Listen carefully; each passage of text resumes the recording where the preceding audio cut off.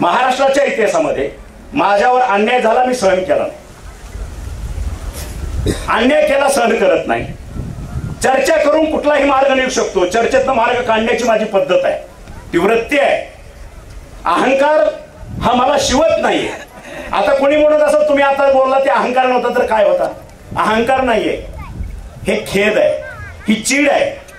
30 वर्ष जो माणूस स्वतःची प्राध्यापकी कोल्हापूरची सोडून छपरामध्ये येऊन कुटुंबाला घेऊन इथं राहतो, 30 वर्षे तुमची सेवा करतो, ना कुठलं त्यांना 1 रुपयाचं शासनाचं कॉन्ट्रॅक्ट घेतलं, ना कोणाची नोकरी लावती म्हणून 2 रुपये घेतले, ना कुणाच्या घरी जाऊन फुकटात 1 ताट तो जेवला, असा स्वच्छ निर्मळ मनाचा माणूस तुमच्या जिल्ह्याला, तुमच्या तालुक्याला लाभला असताना त्याचं तुम्ही माथे. आणि समोरच्याने काय दिलं?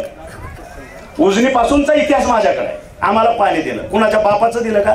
आज पूल मी तुम्हाला दिला, माझ्या बापाचा दिला का? काहीच नाही. शासनाचा तुमचा पैसा आहे, संहिता अधिकार वापरला, देऊन टाकला. आज गुंडेश्वराच्या मंदिराचं एवढं शिवाजीरावांनी केलं, काही शासनाचा पैसा नव्हता. सावंत कुटुंब स्वतःच्या पैशाच न करत आहे. आणि उजनीचं पाणी आम्हाला आलं. जे कोणी असं म्हणत असेल मी उजनीचं पाणी आणलं काय, त्याच्या बापाच्या घरनं आणलं का? शासनाचा पैसा होता. अरे पण ज्या उजनीच्या बाबतीत तुम्ही बोलता, त्या उजनीच्या 100 पट पैसा त्याच्यातल्या निघालेल्या खडीतून दगडाचा आहे. माझ्याकडे सगळ्या फायली तयार आहे. कुठे गेला हा पैसा? संजय राव, मी तुमचं परत अभिनंदन करतो ह्या स्टेजवरती. कारण ज्या ताकदीनं तुम्ही जिथं सत्य त्या ठिकाणी तुम्ही उभा राहता. आलं लक्षात? कशाला भीक आलत नाही, तुम्ही भीक आलत नाही कशाला. कोणी किती का मोठं असं नाही, काही देणं गेलं नाही आपल्याला. आपल्या जे काही तत्व आहे या तत्वाला धरून लढाय म्हणून तुम्हाला सलाम आहे. त्या गोष्टीला तुम्ही वाटत नाही. जे तत्व आहे, बाजार समितीचे घोटाळे असतील, उजनीतनं निघालेला, बोगद्यातनं निघालेला दगडाचा खडीचं काय झालं संजय राव माहित आहे तुम्हाला? शेकडो कोटी गेले, कुठे गेले? आणि आपल्या तालुक्याच्या मड्यावर एक मी पाणी आणलं म्हणून ही भाबडी जनता इतके वर्ष मतदान कोणाला? गाड्याला का? पाणी आणलं. आणा पाणी, द्या मतदान त्याला. मग आमचं काही गरज नाही. आम्ही हुडकला आमचा जिल्हा, आम्ही केलं आमचं राजकारण. पण तुमचा नेता 30 वर्ष ज्या पद्धतीनं कामकाज झालं, ज्या पद्धतीनं तुम्ही नेता देता, माझं राजकारणाचं आयुष्य किती? फाउंडेशन शिवाजीरावच आहे. आलं का लक्षात? त्यानं स्वतःला ज्यावेळेस मातीत पुरून घेतलं त्यावेळेस झाड म्हणून तानाजी सावंत उभा राहिला. लोकांना तानाजी सावंत दिसतो. वस्तुस्थिती तिथे आहे. ज्या ठिकाणी जो जिल्हा ओळखत नव्हता त्या ठिकाणी 2019ला पडलेल्या खासदाराला, पडलेल्या आमदाराला खासदार करून जिवंत केलं.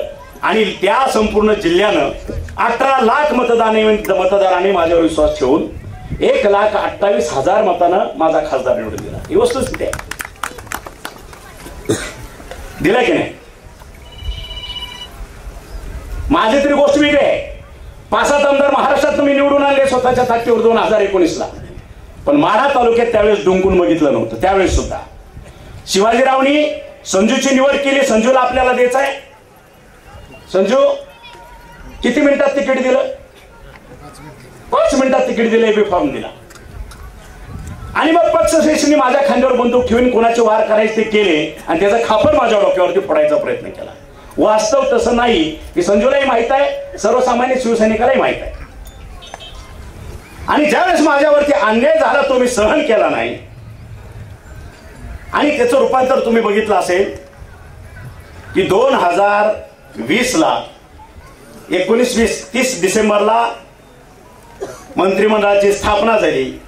माझ्या अंदाजाने 4 ते 5 डिसेंबरला धाराशिव जिल्ह्यातली जिल्हा परिषद मी भाजपच्या साह्यानं त्या ठिकाणी नवीन जिल्हा परिषद प्रस्थापित केली आणि माझ्या पुतण्याला धनंजय सावंतला त्या ठिकाणी जिल्हा परिषदेचं उपाध्यक्ष केलं. सुरुवात तिथून आहे ह्या सत्तांतराची. धाडसानं केलं.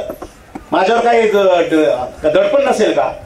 एका सत्तेच्या विरोधात जाऊन मुख्यमंत्री वगैरे सगळे असले असताना, 30 वर्ष राष्ट्रवादीचं थोबड आपण बघत नसताना, ते सगळे एकत्र असताना त्याच्या विरोधात जाऊन त्या ठिकाणी सेना भाजपचा झेंडा लावण्याचं काम प्रथम तानाजी सावंतनं केलं. त्यावेळेस रोपटं लावलं आणि 2022ला त्या रोपट्याचं वटवृक्षात रूपांतर झालं. 2 वर्षातच फळ आली त्याला, 2 वर्षातच सत्तांतर झालं. आणि त्या रूपानं साहेबांनी, माझ्या लाडक्या मुख्यमंत्र्यांनी हे मंत्रिपद दिलं. त्यांच्यावर मी चिडलो होतो. मंत्रिपद ज्यावेळेस मला दिलं, आरोग्य खातं दिलं. म्हणलं साहेब मला तुम्ही आरोग्य खातं दिलंय, मी इंजिनियर, ते आरोग्य खातं डॉक्टरचा आमचा काय संबंध आहे का? मला काय येणार आहे त्याच्यातलं? इंजिनिअरिंग मधलं कुठलंही द्या, त्याच्यामध्ये मी काम करतो. म्हणे तानाजीराव मी ठरवून तुम्हाला आरोग्य खातं दिलेलं आहे. कारण आज तमाम 12.5 कोटी जनतेची सेवा करायची असेल तर सेवाभाव असणारं कुटुंब लागतं आणि सेवाभाव असणारं अनुवंशिकतेचं रोप लागतं. आम्ही तुमचा सेवाभाव बघितलेला आहे आणि तुम्हीच ते करू शकता, म्हणून आरोग्य खातं तुमच्याकडे दिलं. ज्यावेळेस असा शब्द वापरला त्यावेळेस मी भाऊंना म्हणलं, भाऊ हे मला कळलं नव्हतं, जे तुम्ही मला समजावून सांगितलं. मी चांगल्या पद्धतीनं सेवा करतो, त्याच्यात कुठलीही कमतरता भासणार नाही. आणि माझ्यावर खातं दिल्यानंतर तुम्ही बघितलं असेल गेल्या 14-15 महिन्यामध्ये खात्यांचं रूपांतर कुठल्या पद्धतीनं या आरोग्यामध्ये आपण डेव्हलपमेंट करतोय. ही वस्तुस्थिती आहे. माझ्या जिल्ह्यामध्ये बघा, आता आपल्याला आपल्या पवारनं सांगितलं की आम्हाला 163 कोटीचा निधी पाहिजे. आता 163 कोटीचा निधी घेऊन आता काय करणार? आता लोकसभेचे इलेक्शन आले, लगेच आचारसंहिता लागेल, बरोबर आहे. केंद्रातलं संसदेचं फॉर्मेशन होऊन पंतप्रधान पदाची शपथ घेईपर्यंत 2 महिने गेले की विधानसभेची आचारसंहिता लागेल. पुन्हा तुमच्या नगरपालिका येते. उशीर झाला थोडा तरी सुद्धा मी मंजूर करून देतो, अडचण नाही. अलग लक्षात तुम्ही बघितलं असेल, मी माझ्या मतदारसंघामध्ये भूमपरांडा वाशीमध्ये जवळपास 2 ते 2.5 हजार कोटीचा निधी चालू आहे. त्या ठिकाणी कामं चालू आहे. किती? 2 ते 2.5 हजार कोटी. आणि मी माझ्या सर्व ह्या माढा तालुक्यातील जमलेल्या त्यांचे नातेवाईक वगैरे असतील, जाऊन बघा कामं काय चाललेत त्या ठिकाणी.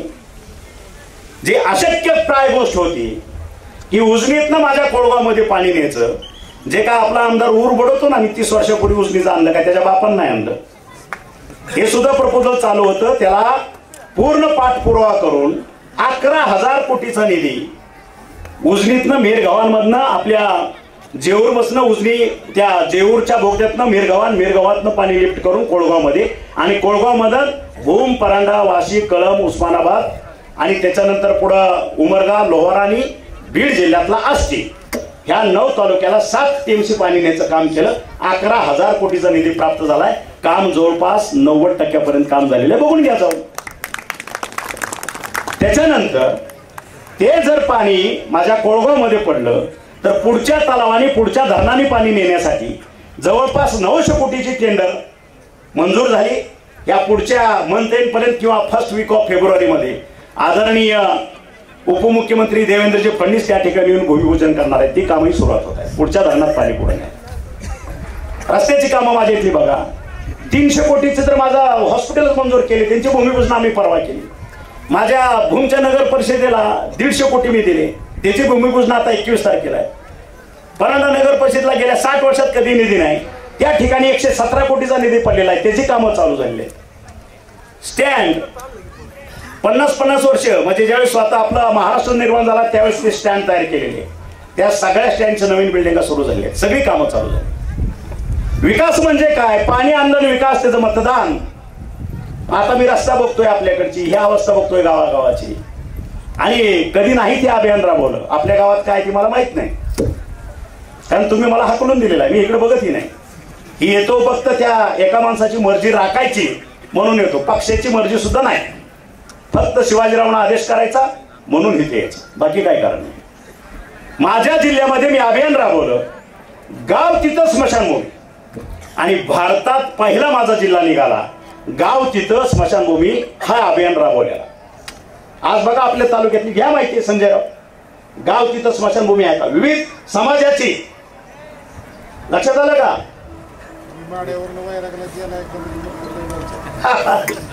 गाव तिथं स्मशानभूमी.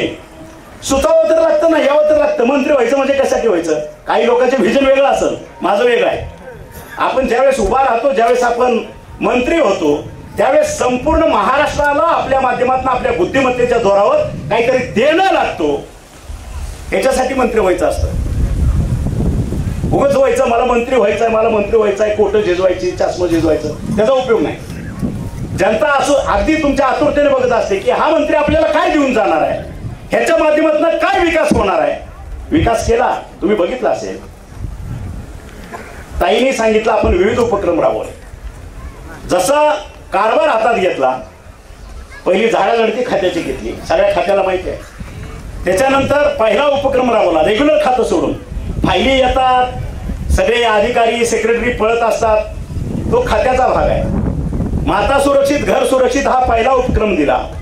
महाराष्ट्रातल्या तमाम 4,39,00,000 माझ्या माता भगिनीचं मी परीक्षण केलं, त्यांच्या शस्त्रक्रिया उपचार मोफत केले. ते चालू असतानाच दुसरं अभियान दिलं, जागरूक पालक सुदृढ बालक. सर्व आपली छोटी मुलं 0 to 6 वर्ष एक ग्रुप, 6 ते 11 दुसरा ग्रुप, आणि 11 ते 18 वर्षापर्यंतच्या सर्व माझी मुलं शाळेतली कॉलेजेस बनली. ते केल्या. 2,92,00,000 सर्व मुला मुलींचं परीक्षण केलं, त्याचं पूर्ण कार्ड तयार झालं. त्याच्यानंतर चालू तिसरं अभियान दिलं, आरोग्य तरुणाईचे वैभव महाराष्ट्राचे. तुम्ही बघितलं असेल महाराष्ट्रामध्ये किती तरुण, एवढं तरी कळलं. म्हणजे 18 वर्षावरील आजोबापर्यंत एकूण आपल्याकडे पुरुष मंडळी आहे 4,67,00,000. ह्यापैकी 2.25 कोटीच्या तपासण्या आता सध्या घटकेला पूर्ण झालेल्या आहेत. 2.25 तपासण्या उपचार, म्हणजे जवळपास 12.5 कोटी जनतेचं आपण आरोग्य जपण्याचं काम केलं. आणि तुम्ही बघितलं असेल की माझ्या खात्याच्या 2,146 हॉस्पिटलमधून आपण 15 ऑगस्ट 2023 पासून मोफत उपचार ही संकल्पना आणली. केस पेपर सुद्धा काढायचा नाही. आणि ज्या वेळेस माझ्या अधिकाऱ्याच्या इथं माझ्या हॉस्पिटलला एक 50 ओपीडी असेल, एक 10 आयपीडी असेल, त्याचं रूपांतर संपूर्ण महाराष्ट्रात बघितलं तर ती संख्या 15 ऑगस्ट 2023 पासून जवळपास तिप्पट-चौपट झाली. मध्यंतरीचे कालवा केला ना, औषधं संपली, त्याच्या कारणात कोणी गेलं नाही. त्याचं कारण काय होतं, ज्या ठिकाणी 100 ओपीडी व्हायची, दवाखान्याला चेकिंग लायचे, त्या ठिकाणी 500 लोक यायला लागली. ऍडमिट होणारी माणसं ज्यावेळेस 20-30 असायची, त्या ठिकाणी 70-80-100 माणसं व्हायला लागली. त्याचं कारण संपूर्ण मोफत. आणि हे सगळं बघता आता ह्या वेळेस कधीनं भूतो न भविष्यती महाराष्ट्राची कालच आमची बैठक झाली. आरोग्य विभागाचा आमचं बजेटरी प्लॅनिंगची बैठक होती. मी काल वित्तमंत्री महाराष्ट्राचे आमच्या बरोबरच असलेले अजितदादा यांना काल साकडं घातलं. आतापर्यंत मला माझ्या खात्याला पगार आणि हे बाकीचं 7,000 कोटी मिळायचे. 0.8%. आपला जो अर्थसंकल्प आहे, अर्थसंकल्पाच्या 0.8%, बरीचशा पोरांना कळतं हल्ली पर्सेंटेज वगैरे काय, ते मिळायचं. WHO आणि केंद्र शासन यांच्या निर्देशानुसार हा निधी कोरोनापासून आतापर्यंत हा टोटल उत्पन्नाच्या 8% असला पाहिजे असे निर्देश. आणि कोरोना झाल्यानंतर सुद्धा माझं शासन याच्या अगोदर हा निधी 1 ते 1.5% पुढे गेलेला नव्हता. आणि ज्या वेळेस आम्ही काल अर्थसंकल्प याच्यामध्ये आमची मागणी केली, त्यावेळेस तो निधी मी 6% मागणी केली. म्हणजे आतापर्यंत 6.5-7% असायचा, 6.5-7 मी कालच्या याच्यामध्ये 22,000 कोटीची मागणी माझ्या वित्तमंत्र्याकडे केलेली. माझ्या आरोग्याची सगळ्या सुधारणा करण्यासाठी 22,000 कोटी.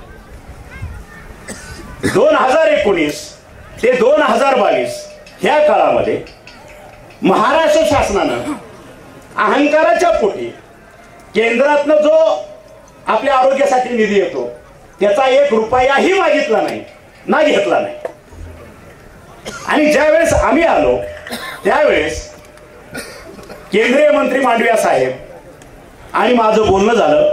त्यांनी सांगितलं, साहेब तुमचे गेले 2 वर्षाचे पैसे आणि चालू जवळपास 25,000 कोटीचा PIP तुमचा आम्ही मंजूर करतोय, तुम्ही या आणि तो तुम्ही मंजूर केलेला घेऊन जा. 25,000 कोटी. मग आपल्या अहंकारानं आपण महाराष्ट्राचं हित साधलं का नुकसान केलं हे बघायला पाहिजे, कुठल्या पद्धतीने आपण चालतोय. आणि म्हणून येत्या काळामध्ये तुम्हाला दिसेल जी संकल्पना मी मांडायला चाललेलो आता पुढं, हे खातं अजून वर्षभर तरी ऑक्टोबर पर्यंत मी आहेच आरोग्यमंत्री. त्याच्यामध्ये मी नवीन कायदा आणायला लागलोय, राईट टू हेल्थ. म्हणजे माझ्या 12.5 कोटी जनतेचा त्यांचं आरोग्य जपायचं काम हे शासनाचं आहे, हे कायद्यानं करायला लागलोय. शासनाची जबाबदारी. 12.5 कोटी जनतेचं आरोग्य सांभाळायचं काम हे महाराष्ट्र शासनानं सांभाळायचं आहे. तो कायदा या अर्थसंकल्पीय अधिवेशनामध्ये मी आणतोय.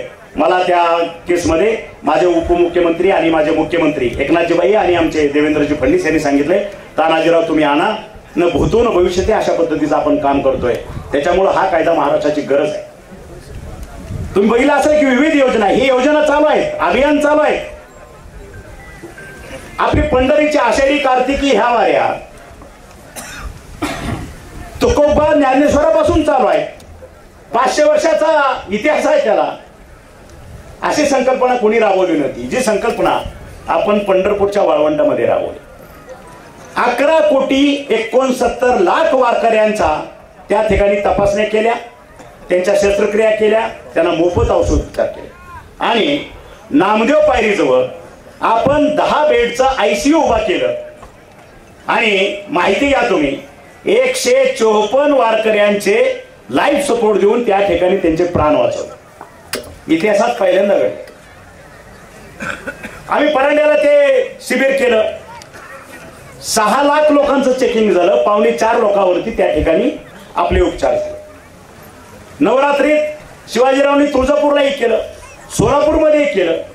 आता सोलापूरमध्ये गेल्यावर ताईने सांगितलं की त्या ठिकाणी केले की तिथल्या आमदारांना फार डिस्टर्ब झालं. आणि मग डिस्टर्ब होतंय तर स्वतः करावं ना, अडचण काय. आणि सभागृहात विषय उचलला की संपूर्ण सोलापूरमध्ये झोपडपट्टी असेल, कुठं असेल, जे काही स्लम एरिया, बिडी कामगार ह्याच्या तपासण्या मोफत व्हायला लागल्या. सिव्हिल हॉस्पिटलमधले सगळे औषध त्या आरोग्य शिबिरमध्ये चालले आणि त्याच्यामुळं रुग्णांना सिव्हिल हॉस्पिटलमध्ये औषधं मिळेनाशी झालेली आहे.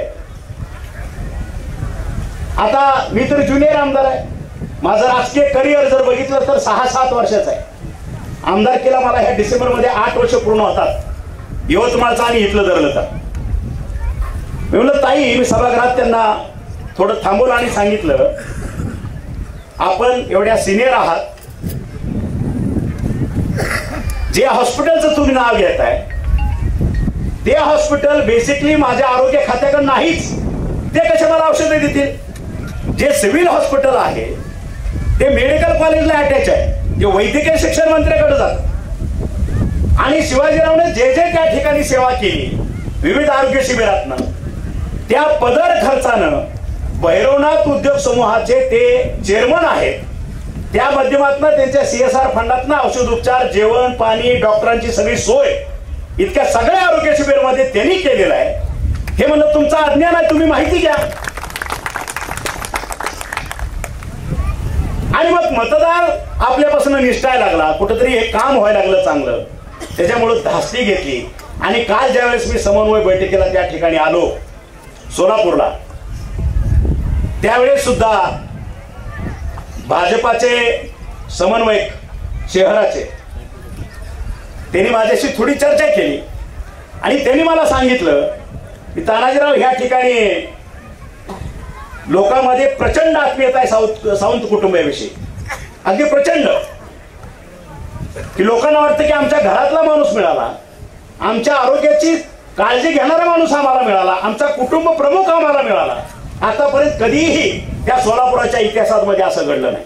सगळे आमदार झाले, खासदार झाले, मंत्री झाले, भविष्यात होतील, पण आमच्या चोरीपर्यंत येऊन आरोग्याची सेवा देणारा आरोग्य दूत आम्हाला शिवाजीरावच्या माध्यमातून मिळाला. याच्यासाठी आम्ही शिवाजीरावला कधीही विसरणार. आणि तोच धागा धरून भाजपच्या काही लोकांना अंगावर काटा आला.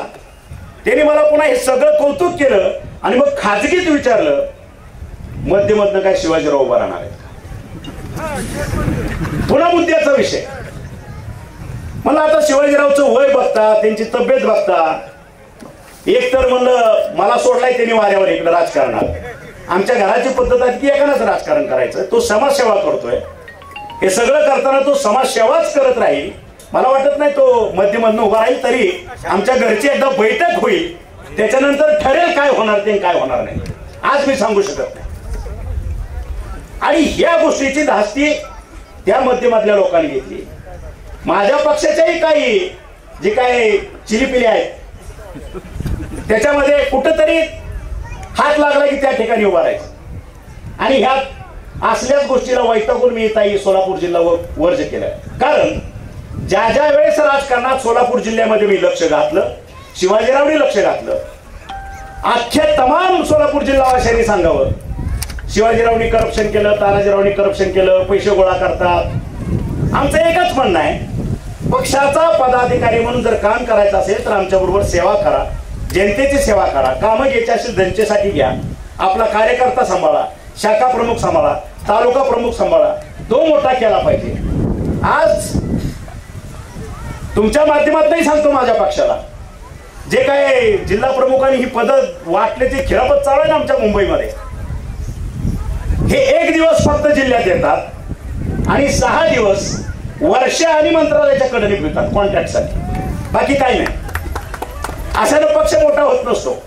बाळासाहेबांची शिकवण कुठेतरी पक्ष विसरलाय हे अगदी संतापानं मी सांगतो. कारण बाळासाहेबांनी स्पष्ट सांगितलं होतं 80% समाजकारण, परत सांगतो 80% समाजकारण. मुंबईत राहून सुद्धा बाळासाहेबांनी राजकारणाला फाटा दिलेला होता, समाजकारण त्या ठिकाणी केलं आणि 20% राजकारण होतं. आणि नेमकी हीच शिकवण कुठेतरी माझा पक्ष विसरायला लागलाय, ही माझी भावना आहे आणि हे मला सहन होत नाही. म्हणून मी ठरवलंय कुठलाही पदाधिकाऱ्यांना त्याच्यामध्ये हस्तक्षेप करायचा नाही. कारण जनता सावंत कुटुंबाबरोबर आहे. पक्ष जिथं जिथं सावंत कुटुंब त्या ठिकाणी पक्ष आणि त्या ठिकाणी 80% सेवा आणि 20% राजकारण, हे तत्व आम्ही बाळासाहेबांचं उराशी बाळगलेलं आहे आणि मरेपर्यंत हेच तत्व आम्ही पुढे घेणार. ह्याची प्रचिती तुम्हाला लोकसभेला 10 शिल्ल्याचं सोडा, 1 हाती सत्ता खासदार आम्ही तिथं आणल्याच जमाय, तिथं आम्हाला अडचण नाही. यवतमाळमध्ये त्या ठिकाणी तुम्ही जाऊन विचारा, माहिती घ्या फक्त थर्ड पार्टी म्हणून, मी खर्च देतो, चौकशी करा. यवतमाळमध्ये सुद्धा 1 लाखभर मतदान तानाजी सावंतचं आहे, जरी इकडे आलो असलो तरी. सोलापूर मध्ये आमचा अमोल असेल, शिवाजीराव असेल, आमची ताई असेल, या माध्यमातून लोकसभासाठी आम्हाला तुम्ही निग्लिजन्स करू नका. आमचे जे काय 4 पैशासाठी तुमच्या कडेने फिरता विसरा. झोपडपट्टीत जा, भिडेवाल्याकडे जा, ती काय रोडवरती कामं करतात ह्यांच्याकडे जा, ह्यांच्या हृदयात ही लोक आहेत. त्या ठिकाणी आमचं लाखाच्या पुढे मतदान आहे शिवसेनेचं आणि तुम्ही आम्हाला निग्लिजन्स नाही करू शकत. माढा मतदारसंघ घ्या, माढा मतदारसंघ तर आपली भूमीच आहे. आज करमाळा असेल, माढा असेल, पंढरपूर भाग असेल, सांगोल्याचा भाग असेल, फलटण असेल, माळशिरस असेल, मंगळवेढ्याचा अर्धा भाग वरचा असेल, पंढरपूरचा वरचा भाग असेल, त्या ठिकाणी तुमच्या माध्यमातून सावंत कुटुंबाला मानणारी 1.5 ते 2 लाख मतदान आहे. हे लक्षात घ्या. आपण पुढे जाऊ, पुण्यात चला, बारामती लोकसभा मतदारसंघ घ्या, त्या ठिकाणी आमचं वास्तव्यच आहे. पुण्यात त्या ठिकाणी 15,000 विद्यार्थी आहेत, 7,000 स्टाफ आहे. त्या ठिकाणी आमचं वास्तव्य आहे. त्या ठिकाणी 5-7 नगरसेवक माझ्या बरोबर आहेत. त्या ठिकाणी 1 ते 1.5 लाख मतदार बारामती लोकसभा मतदार आहे, सावंत कुटुंबाचा आहे. खेड मतदारसंघामध्ये चला लोकसभा, त्या ठिकाणी आमचं वाघोली कॅम्पस आहे. त्या ठिकाणी माझं प्रायव्हेट युनिव्हर्सिटी आहे. त्या ठिकाणी माझा हडपसर कॅम्पस आहे. त्या ठिकाणी माझं देवाची उरुळीचे कॅम्पस आहे. आज त्या ठिकाणी 35,000 विद्यार्थी आहेत आणि 12,000 स्टाफ आहे. आणि त्या ठिकाणी आमचं जुनं नवीन नातं होतं जर धरलं तर 1 ते 1.5 लाख मतदान शिरूर मतदारसंघात आहे. तुमचं खेड मतदारसंघ लोकसभा. पुण्यात या, बावधनचा कॅम्पस आमचा आहे. आज तळजाई त्या ठिकाणी, त्या ठिकाणचे 7 नगरसेवक माझ्या बरोबर आहेत. 1 लाखाचं मतदान माझं पुणे शहरात आहे, त्या खासदारामध्ये. तिथून पुढे चला, मावळमध्ये चला. मावळमध्ये व्याही झाली हा भाग वेगळा, त्यांचं मतदान असेल त्यांना. पण त्या ठिकाणी सुद्धा तातोडे कॅम्पस आहे. आज 22,000 विद्यार्थी आहेत. आज जवळपास 7,000 ते 8,000 स्टाफ आहे. आणि माझ्या धाराशिव जिल्ह्यातले जवळपास 20,000 ते 25,000 आपले त्या ठिकाणी स्थायिक झालेले लोक आहेत. त्या ठिकाणी लाखाचं मतदान ह्या सावंत कुटुंबाचा आहे. म्हणजे 7 लोकसभा मतदारसंघामध्ये 8 लोकसभा मतदारसंघामध्ये आमची काय मदत होणार आहे काय नाही हे तुम्हाला येत्या एप्रिलच्या लोकसभेमध्ये आम्ही दाखवून देऊ. आणि हे सगळं असताना, हे सगळं चालत असताना कुठला तरी त्या कोकणातनं एकाने याचं शिवसेनेच्या त्या पश्चिम महाराष्ट्रातलं ज्याचा उद्या विधानसभेला सुद्धा निवडून येणार नाही हे नाकं घालायची आणि इथले पदाधिकारी तरी नेवायचे. आम्ही पदाधिकारी संजू जे पदाधिकारी आहेत हे तालुका पंचायतीला किंवा ग्रामपंचायतीला निवडून येतील का नाही तुम्ही सांगा. येणार आहे का निवडून? हे असे पदाधिकारी भुरटे कुणीतरी इथे जर नेमत असेल म्हणून मी लक्षात देतो सोडून दिलं. या ठिकाणी सोलापूर जिल्ह्यात जर चटकेच बसत असतील नको ना याच्यामध्ये लक्ष घालायला. अख्खा महाराष्ट्र पडलाय मला काम करायला, अख्खा महाराष्ट्र पडलेला आहे. आणि म्हणून ज्या वेळेस एक तानाजी सावंत महाराष्ट्राचं सत्तांतर होऊ शकतो ह्याच्यावरनं माझं काय राहिले का अलग लक्षात. म्हणून मी पुन्हा पुन्हा सांगतोय ज्या ज्या वेळेस मी सोलापूर जिल्ह्यात येतो फक्त आपल्या थोरल्या भावाचा आग्रह मोडायचा नाही, त्याला दुखवायचं नाही. एकाच कारणामुळे मी येते. माझी इच्छाच होत नाही इकडे. कारण शिवाजीरावनी स्वतःच्या डेअरिंगवरती 3 वेळा निवडणूक लढवली, माझ्या संजूने एकदा लढवली. मतदान वाढत गेलं, 76,000 आपण गेलो. आणि असं काय तुमच्या आई बापानं वंशजानं त्या बबनराव शिंदेचं खाल्लंय की तुम्ही जाऊन शिक्का तिथं मारता. या खेदाची गोष्ट आहे. तुम्हाला हसू येत आहे. विकास बघायला पाहिजे. काय विकास करतो माणूस, काय धडाडे आहे त्याच्याकडं, हे कुटुंब आपल्याला काय देऊ शकतं याचा विचार करणं अपेक्षित आहे. आजची गोष्ट वेगळी ह्या व्यासपीठावर. आज काय झाले, अजितदादाच्या माध्यमातून ते आमच्या बरोबर आलेले. भाजप सेना आमची युती तरी नैसर्गिक युती आहेच. आज लोकसभेमध्ये जे काय ओरडतात की असं असं होणार आहे, लोकसभेमध्ये काहीच होणार नाही. मी परवा सोलापूरलाही बोललो. 45 जागेच आपण बोलतोय, 45 नाही 48च्या 48 जागा तुम्हाला महायुतीच्या आलेल्या दिसतील. ही वस्तुस्थिती आहे. समोर कोण राहिलेलं आहे? सर्वसामान्य जनता विचार करते की ह्या ठिकाणी विश्वनेता नरेंद्र भाई मोदी ह्याच्याशिवाय माणूस आहे का तुमच्या हृदयात? जर दिल्लीत कोणी बसायचं असेल ठीक आहे, आपल्याला असं धरून चला, भाजपला द्यायचं नाही मतदान, आपल्याला नरेंद्र भाई मोदी पंतप्रधान नको आहेत असं वाटतंय, असं धरून चला. मग समोरच्याला कोणाला मतदान द्यायचं? पप्पूला? कोणाला व्होटिंग करायचं आहे का कपॅसिटी? अरे संपूर्ण जगामध्ये आज 10व्या 15व्या वरती असणारी अर्थव्यवस्था देशाची गेल्या 10 वर्षात नरेंद्र भाई मोदींनी ती आपली अर्थव्यवस्था पहिल्या 5 मध्ये आणली. आणि जे जग आपल्याकडं अतिशय घाणेरड्या नजरेने बघायचं, अतिशय दरिद्री देश म्हणून बघायचं, त्याची अर्थव्यवस्था पहिल्या 5 मध्ये गेली. आणि पुढच्या 5 वर्षामध्ये भारताच्या अर्थव्यवस्था 5 ट्रिलियन म्हणजे जवळपास पहिल्या 1-2 मध्ये येणार आहे. ही जर स्वप्न, ही जर अवस्था असेल, आज तुम्ही बघितलं असेल सोशल मीडियाच्या माध्यमातून, सगळे टीव्हीच्या माध्यमातून बघत असाल, आज पाश्चिमात्य देशात संपूर्ण ह्याच्यामध्ये बऱ्याचशा सुधारलेल्या देशामध्ये अर्थव्यवस्था ढासळलेल्या आहेत.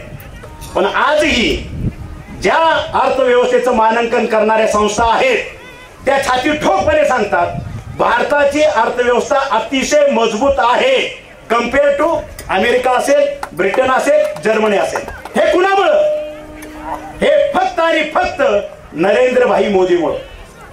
आणि हे सगळं असताना जर कोणी म्हणत असेल की नाही आम्ही 45, मी 45 मध्ये मला हसू येतं. 45 नाही 48. महाराष्ट्रातनं नरेंद्र भाई मोदींचा हात बळकट करण्यासाठी माननीय एकनाथ भाऊ शिंदे यांच्या नेतृत्वाखाली, देवेंद्रजी फडणवीस यांच्या नेतृत्वाखाली आणि आमच्याकडे नव्यानं आलेले अजितदादा यांच्या नेतृत्वाखाली महाराष्ट्र 48 खासदार संसदेत पाठवणार, याच्यामध्ये दुमत नाही. ही वस्तुस्थिती. रिपोर्ट बी तेच आहे.